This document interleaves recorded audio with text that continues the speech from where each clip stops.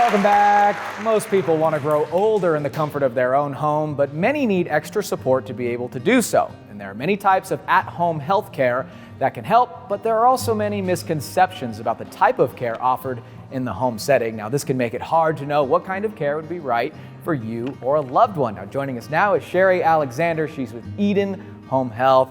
Sherry, we used to work, my family and I, in non-medical home care, but home health is a lot different. So people hear home care, home health, and it gets convoluted. What's the main thing that sets home health care apart?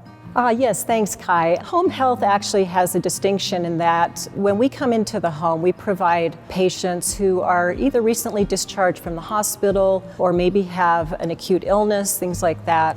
We provide a registered nurse, physical therapy, occupational therapy, speech therapy, that kind of thing. Whereas in private caregiving, that is actually where you have people coming in to assist with showers and errands and maybe a light meal prep or that sort of thing. So home health actually has clinical professionals that come in, and they come to you. One of the things I think that people really misunderstand, and they feel that home health might be too expensive. Right. And that's one of the big misconceptions about it. And I hear this a lot when I'm out in the field as a nurse. But actually, it's one of the best bargains out there. Right. Home Medicare. health is great. It is covered by Medicare, Medicaid, and most commercial insurances.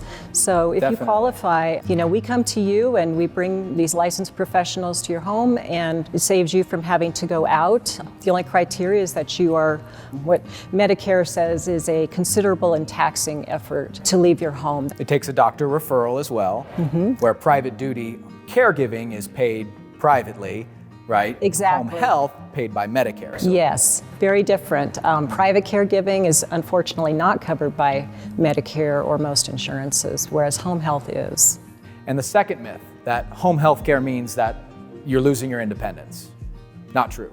No, nothing could be further from the truth. Our goal is to keep you safe at home. Our nurses and therapists will work with the patient to do a lot of teaching about how to stay safe in the home, how to stay independent, because that really is the goal. Because as you said, most people do want to age in place. They want to be at home as they get older. Absolutely. That's the ideal situation. Definitely, it's a great service. Anybody in our live studio audience have any questions about home health?